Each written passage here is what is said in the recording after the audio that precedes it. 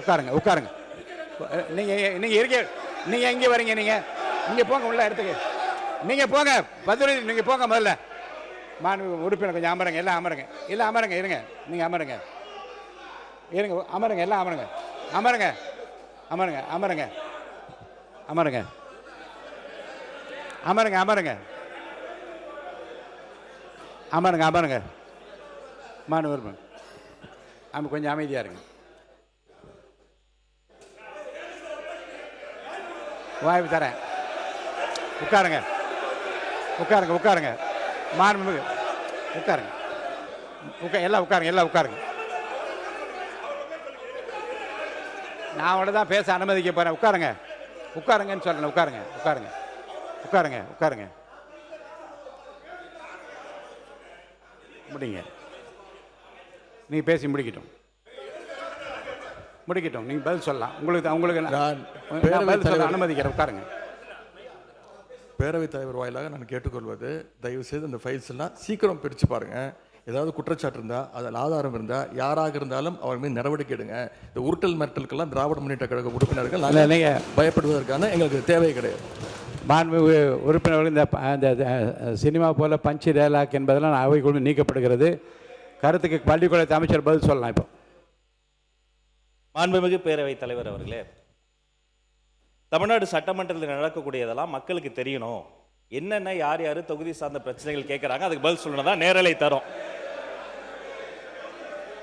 நான் உங்க மூலமா ஒரு கோரிக்கை வைக்கிறேன். பேசுங்க. உங்க மூலமா ஒரு கோரிக்கை வைக்கிறேன். முதல் கோரிக்கை என்னன்னா, நம்மளுடைய கேமரா டீம் இந்த எதிர்க்கட்சி வரிசை தொடர்ச்சியா அப்படி கமெண்ட் அடிக்கிறது, உரிமையில பேசுறது, லாஸ்ட் பெஞ்ச்ல இருந்தா டாக்டர் குடுகுடுன்னு ஏஞ்சி இங்க நடுவில் ஓடி வர்றது, இதையும் சேர்த்து ஸ்பிளிட் ஸ்கிரீன்ல காட்டுங்க.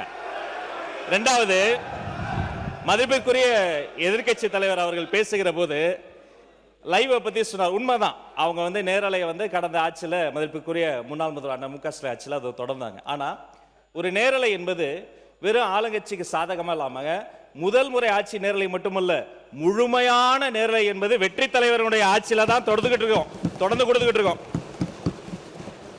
மதிப்பிற்குரிய பேரவை தலைவர் அவர்கள் நெற்றிக்கண் திறப்பினும் குற்றம் குற்றமேனு நடுநிலையோடு ஒரு கட்சி இரு கட்சி இல்லாமல் அனைத்து கட்சி உறுப்பினர்களினுடைய குரலும், இந்த குரலற்றவர்களின் குரலாக இருக்கக்கூடிய அனைத்து கட்சிகளினுடைய குரலும் பதிவாக வேண்டும் என்பதற்காக தான் சிறப்பாக செயல்பட்டு இருக்கீங்க. அதுல ஏதோ ஆளுங்கட்சி பேசுவதை மட்டும் நீங்க அதிகமாக அவை குறிப்பிலிருந்து நீக்கிறது போல ஒரு தோற்ற மயக்கத்தை நம்ம உருவாக்கிட கூடாது. யாரு எந்த கட்சியை சார்ந்தவர்கள் மரபு மீறி எந்த வார்த்தை சொன்னாலும் நீக்கக்கூடிய நடுநிலையான சபாநாயகர் இந்த மாமன்றத்துக்கு கிடைத்திருக்கிறது என்பதை நான் சுட்டி காட்டுகிறேன். இன்னொரு விஷயத்தை நினைவு கூற விரும்புறேன்.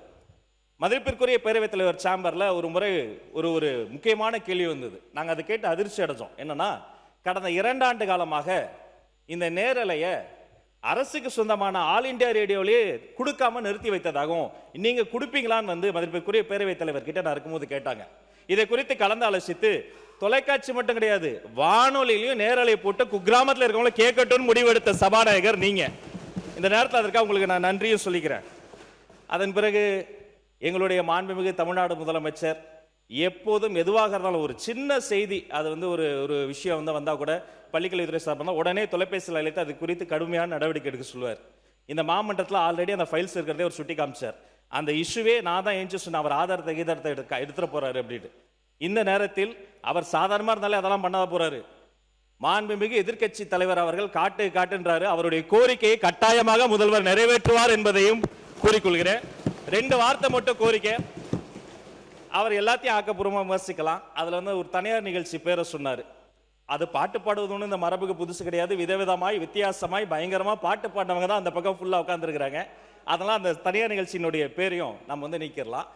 இவரை தான் நியமிக்கணும், இவரை நியமிக்க கூடாது. இந்த தொழில் உயர்ந்தது, இந்த தொழில் தாழ்ந்ததுலாம் கிடையாது. இது இன்க்ளூசிவ் கவர்மெண்ட், அனைவருக்கும் அதிகாரம், அனைவருக்குமான ஒரு விஷயம் தான் நேர்மையான முறையில் பை மெரிட்ல போயிட்டே இருக்குது. அதனால ஒரு குறிப்பிட்ட ஒரு விஷயத்தை மட்டும் சுட்டி காட்டுகிற பொழுது அது ஏற்புடையதல்ல. அது மட்டும் கிடையாது, இந்த சினிமாவில் வரக்கூடிய அந்த பஞ்ச்டேல் அதை கூட நீங்க அவை குறிப்பில் நீக்கிட்டீங்க. அதை போன்ற விஷயங்களை தவிர்த்து கொண்டு ஆக்கப்பூர்வமான கருத்துக்களை, அறிவுபூர்வமான சிந்தனைகளை அதை முன்வைத்து பேசினால் இந்த மாமன்றம் சிறப்பாக செயல்படும். உங்களுக்கு எங்களுடைய அத்தனை பேரின் சார்பில் ஒரு வாழ்த்துக்களையும் தெரிவித்துக் கொள்கிறேன். மிக சிறந்த சபாநாயகர் தமிழ்நாடு அரசியல் வரலாற்றில் இந்த மாமன்றத்தில் கிடைத்திருக்கிறது என்பதை பதிவு செய்கிறேன். மாண்புமிகு எதிர்க்கட்சி தலைவர். பேரவைத் தலைவரே, நான் உங்கள் சார்பாக பேசிகிட்டு இருக்கேன். இப்போ நீங்கள் நீக்கிட்டீங்க, ஆனால் இப்போ இதெல்லாம் லைவில் போயிடுச்சு. இப்போ அதுக்கு என்ன பண்ண போறீங்க? அது என்ன நடவடிக்கை எடுக்க போறீங்க? அதாவது லைவ் கொடுப்பது நாங்கள் எதிர்க்கவில்லை, நாங்கள் பாராட்டுகிறோம். லைவ் நீங்கள் கொடுத்துருக்கிறீங்க, நல்ல முயற்சி, நாங்கள் பாராட்டுறோம். ஆனால் அதில் இருக்கக்கூடிய பிரச்சனைகளை இங்கே நான் சொல்கிறேன். நீங்கள் அவை குறிப்பில் நீக்கிறீங்கன்னு சொல்கிறீங்க. நீங்கள் எவ்வளோ நீக்கினாலும் அது சோஷியல் மீடியாவில் ட்ரெண்ட் ஆகிட்டு இருக்கு, வைரலாக போயிட்டு இருக்கு. அதை தான் உங்களுடைய கவனம்.